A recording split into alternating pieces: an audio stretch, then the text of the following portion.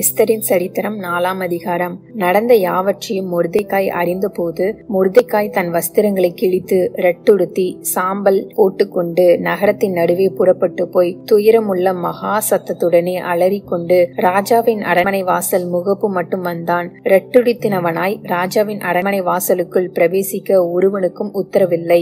ராஜாவின் உத்தரவும் அவனுடைய கட்டளையும் போய் சேர்ந்த ஒவ்வொரு நாட்டிலும் ஸ்தலத்திலும் உள்ள யூதருக்குள்ளே மகா துக்கமும் உபவாசமும் அழுகையும் புலம்பலும் உண்டாய் அநேகர் இரட்டுடுத்தி சாம்பலில் கிடந்தார்கள். அப்பொழுது எஸ்தரின் தாதிமார்களும் அவளுடைய பிரதானிகளும் போய் அதை அவளுக்கு அறிவித்தார்கள். அதனாலே ராஜாத்தி மிகவும் துக்கப்பட்டு மொர்தெகாய் உடுத்தியிருந்த இரட்டை எடுத்து போட்டு அவனை உடுத்துவிக்கிறதற்கு வஸ்திரங்களை அனுப்பினாள். அவனோ அவைகளை ஏற்றுக்கொள்ளாதிருந்தான். அப்பொழுது எஸ்தர் தன் பணிவிடைக்கென்று ராஜாவினால் நியமித்திருந்த அவனுடைய பிரதானிகளில் ஒருவனாகிய ஆத்தாகை அழைப்பித்து காரியம் என்ன, அதன் முகாந்திரம் என்ன என்று அறியும்படி மொர்தெகாயின் இடத்தில் விசாரிக்க அவனுக்கு கட்டளையிட்டாள். அப்படியே ஆத்தாகு ராஜாவின் அரண்மனை வாசலுக்கு முன்னான பட்டண வீதியில் இருக்கிற மொர்தெகாயின் இடத்தில் புறப்பட்டு போனான். அப்பொழுது மொர்தெகாய் தனக்கு சம்பவித்த எல்லாவற்றை பற்றியும் யூதரை அழிக்கும்படி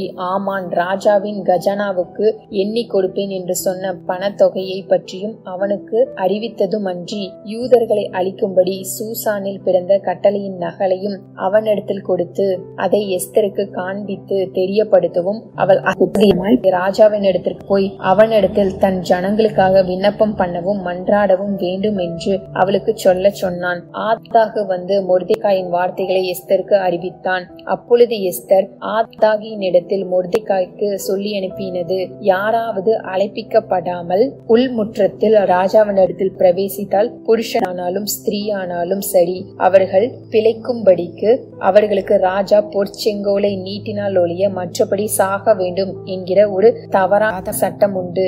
இது ராஜாவின் சகல ஊழியக்காரருக்கும் ராஜாவினுடைய நாடுகளில் உள்ள சகல ஜனங்களுக்கும் தெரியும். நான் இந்த 30 நாளளவும் ராஜாவின் இடத்தில் வரவழைக்கப்படவில்லை என்று சொல்ல சொன்னால் எஸ்தரின் வார்த்தைகளை மொர்தெகாய்க்கு தெரிவித்தார்கள். மொர்தெகாய் எஸ்தருக்கு திரும்ப சொல்ல சொன்னது, நீ ராஜாவின் அரண்மனையில் இருக்கிறதினால் மற்ற யூதர் தப்பக்கூடாதிருக்க நீ தப்புவாய் என்று உன் மனதிலே நினைவு கொள்ளாதே. நீ இந்த காலத்திலே மௌனமாய் இருந்தால் யூதருக்கு சகாயமும் ரட்சிப்பும் வேறொரு இடத்திலிருந்து எழும்பும். அப்பொழுது நீயும் உன் தகப்பன் குடும்பத்தாரும் அழிவீர்கள். நீ இப்படிப்பட்ட காலத்துக்கு உதவியாய் இருக்கும்படி உனக்கு ராஜமேன்மை கிடைத்திருக்கலாமே, யாருக்கு தெரியும் என்று சொல்ல சொன்னான்.